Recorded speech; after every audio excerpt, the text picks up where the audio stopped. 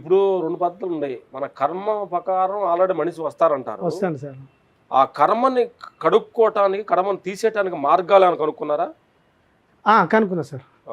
కర్మ అంటే మనం గత జన్మలో చేసిన కర్మ ఫలాల్ని, సంచితంలో ఉన్న కర్మ ఫలాల్ని కొన్ని ఫలాలు అనుభవించడానికి మనం ఒక డిజైన్, ఒక ప్రణాళిక రచించుకొని మనం ఏ ప్రణాళికనైతే భూమి మీద అనుభవిస్తామో దీన్నే ప్రారబ్ధ కర్మ అంటారు సార్. ఆ ప్రారబ్ధ కర్మను బేస్ చేసుకొని అటువంటి తల్లిదండ్రులను ఎంచుకొని అటువంటి భాగస్వామ్యం ఎంచుకొని మనం భూమి మీద జన్మ తీసుకుంటాం సార్. ఆ ట్రావెల్లో మనం కర్మలు చేసుకుంటూ మన కర్మ నడిపిస్తూ ఉంటుంది. గుడ్. నువ్వు అనే పాయింట్గా వద్దాం.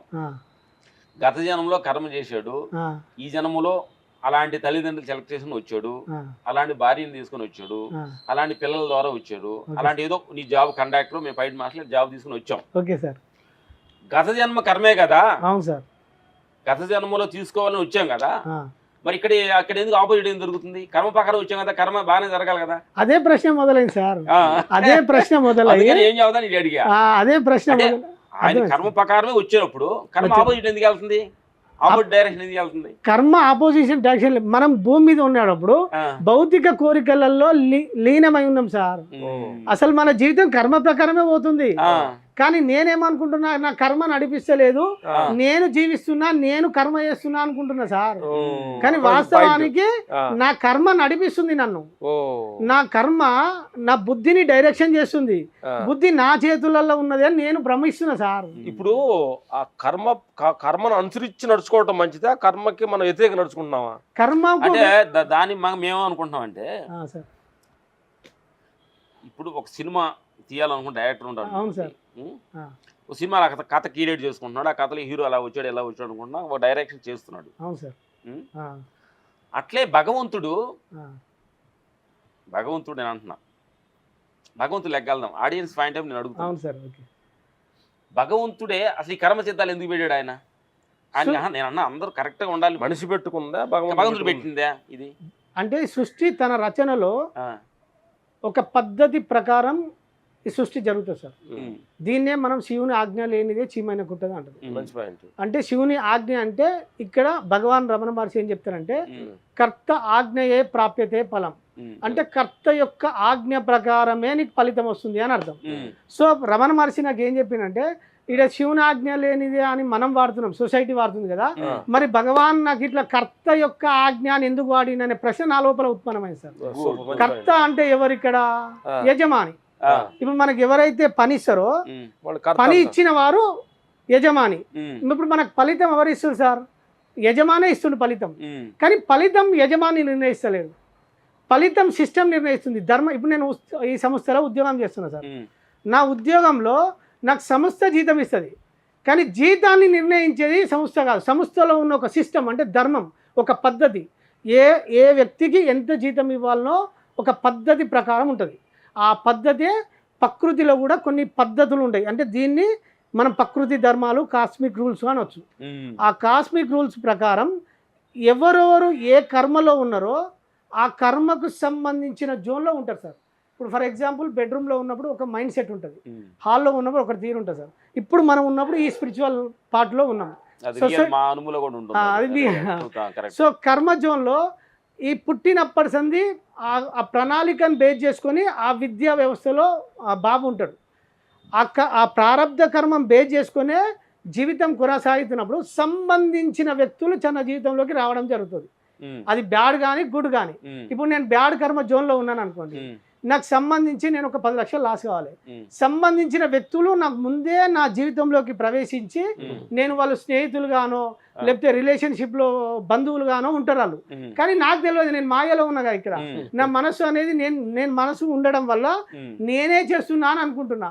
వీడు వచ్చి నా జీవితంలోకి వచ్చి ఇగో పలానా బిజినెస్ చేద్దాం, ఇది మంచి సక్సెస్ అవుతుంది అని అనుకుంటున్నా. కానీ వెనకాల నా ప్రారబ్ధ కర్మ వానికి రుణం ఉన్నానని నాకు తెలియదు కదా. సో వాడు నువ్వు అనుకున్న పాయింట్ నేను వస్తున్నా. గత జన్మలో అతనికి 10 లక్షలు నోకాలని వచ్చి నీ మంచోడుగా ఫ్రెండ్గా తయారయ్యి వచ్చి ఆ 10 లక్షలు తీసుకెళ్ళాడు. అత కర్మ నీది. ఆ కర్మ సహజం కర్మ జరిగింది కదా, అదే దాని గురించి ఎందుకు ఆలోచించాలి? కర్మ ఎందుకు అనుకోవాలి నువ్వు? కానీ ఇక్కడ నేను ఉన్నా కదా సార్, నేను ఇన్ని రోజులు ఏమనుకుంటున్నా, నా కర్మ నడిపిస్తలేదు అనుకుంటున్నా కదా సార్ నేను. ఏది ఇప్పుడు ఇన్ని రోజులు ఇప్పుడు నేను కష్టంలో ఇప్పుడు అన్నా సార్, ఇప్పుడు దుఃఖిస్తున్నా. నాకు దుఃఖ కారణం ఏంటి సార్? నేను ఉంటేనే కర్మ. 10 లక్షలు తీసుకెళ్ళడం దుఃఖం. అవును సార్, నాకు ఇప్పుడు 10 సంవత్సరాలు కష్టపడి సంపాదించుకున్న డబ్బులు, ఆ డబ్బులు పోయినప్పుడు నాకు బాధ అనిపించదు సార్. సో ఇప్పుడు నేను బాధపడాలా తీసుకెళ్ళినందుకు ఆనందపడాలా? ఏం పడా నువ్వు ఏం పని చేయని చెప్పిపోతున్నావు ఆడియన్స్ అనుకుంటున్నా. అంటే ఇప్పుడు నువ్వు నీ డబ్బులు 10 లక్షలు పోయినాయి కదా, ఆ సిచ్యువేషన్ నువ్వు బాధపడ్డావా ఆనందపడ్డావా చెప్పు. ఇప్పుడు ఆనందపడుతున్నా. అంటే అప్పుడు బాధపడ్డా, తెలియనప్పుడు బాధపడ్డా, దుఃఖించుకున్నా. ఇప్పుడు తెలిసింది కాబట్టి ఇప్పుడు వానికి కృతజ్ఞత చెప్తున్నా. ఇప్పుడు సేమ్ పాయింట్ మాకు జరిగింది కూడా చెప్తున్నా సార్. Okay, thank you. మేము ఒక 15 సంవత్సరాల ముందు మా డ్రైవర్ ఒక 5 లక్షలు తీసుకుని వెళ్ళిపోయారు. Okay sir. అంటే మీ డ్రైవర్ మా డ్రైవర్ మీ దగ్గర పనిచేసి వాడు ఆ నమ్మకంగా అతను పెళ్లి చేసుకుని అతను ఇల్లు కొనిద్దాం అనుకుంటే ఆ డబ్బులు వెళ్ళిపోయాడు. ఓకే, అంటే మీ బిఫోర్ ఒక 4 years బ్యాక్ మీ జీతంలోకి వచ్చాడు. వచ్చాడు, వచ్చి మంచి పనులు చేయడం అని చేశాడు. మీదని కథే. మేము భిక్ష మీ గురి దగ్గరికి వెళ్ళాం ఫస్ట్ ఈ ధ్యానంలో మేము అంత చందనప్పుడు వెళ్తే భిక్షం గురి దగ్గర ఇట్లా ఏమంటే ఇట్లా గురుగారు ఇట్లా డబ్బులు నువ్వు వెళ్ళాడు డ్రైవర్ అన్నాం.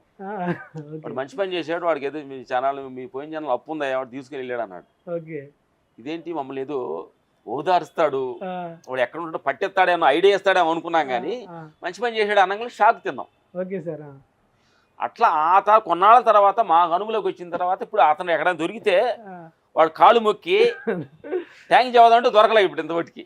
అంటే నువ్వు చెప్పిన పాయింట్ ప్రకారం అంటే ప్రతి వాళ్ళు కూడా జనరల్ పాయింట్ ఆఫ్ కూడా ఆ జరిగిన సిచ్యువేషన్స్ లో బాధపడతారు, కొనాలంతా రియలైజ్ అవ్వాలి. ఇప్పుడు ఈ ధ్యానంలో ఉండ గొప్పతనం నువ్వు నేను తెలుసుకున్న గొప్పతనం ఏంటంటే రియలైజ్ అవ్వకుండా మరణించేదాకా అదే దుఃఖంలో పోతున్న చాలా మంది కంటే కూడా నువ్వు చెప్పే పాయింట్ నాకు అర్థమైంది ఏంటంటే మంచి పాయింట్. ప్రతి దుఃఖాన్ని అంటే లెంత పెంచుకోకుండా ఆ కర్మ సిద్ధాంత అర్థం గాని కరెక్ట్ గా అర్థమైతే ఆ దుఃఖంలో నుంచి బయటకు రావచ్చు అంటారు.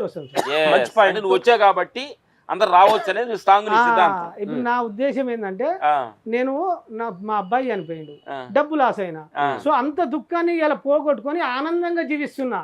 ఇట్లా చాలా మంది ఎంతో మంది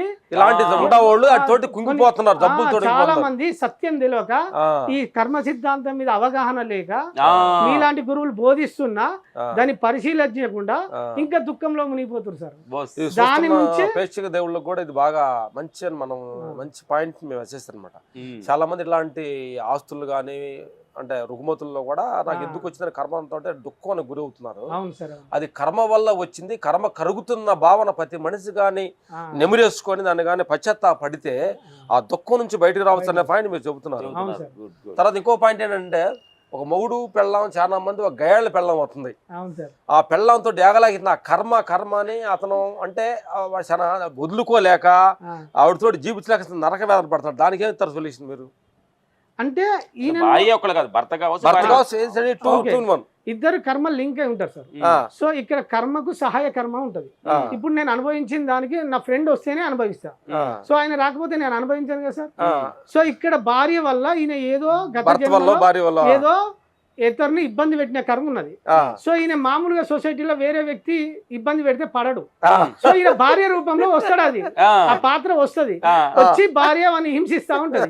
ఆ కర్మ ఎప్పుడైతే పూర్తవుతుందో అప్పటిదాకా ఈ మేలు కూడా ఆ మాయలో ఉంటాడు. ఆ మాయ ఉన్నంతసేపు ఆ కర్మ పీరియడ్ ఎన్ని సంవత్సరాలు ఉందో అర్మ సంవత్సరాలు వీళ్ళకు అదే గొడవలు జరుగుతాయి, అదే పరిస్థితులు క్రియేట్ అయ్యి. ఇప్పుడు అతను ఏమనుకోవాలంటే ఇప్పుడు మీరు చెప్పండి అంటే అతను నా కర్మను కరిగిస్తానికి వచ్చింది ఈవిడ, అంతేగా నన్ను గొడవ పెడతారా అనుకోవాలి. నా కర్మానుసారం నేను గతంలో ఎంతో ఇబ్బంది పెట్టినా అది ఇప్పుడు ఈమె ద్వారా నా కర్మ ఫలాన్ని ముక్తి చేసుకుంటున్నా, నాకు పాఠం నేర్చుకుంటున్నా. అది భావన కానీ ఒక మనిషి మారితే దాని కర్మ గరించుకున్నప్పుడు గొడవలు ఉండమంటారు. ఫలితాన్ని ముగించుకుంటాడు సార్ అక్కడ.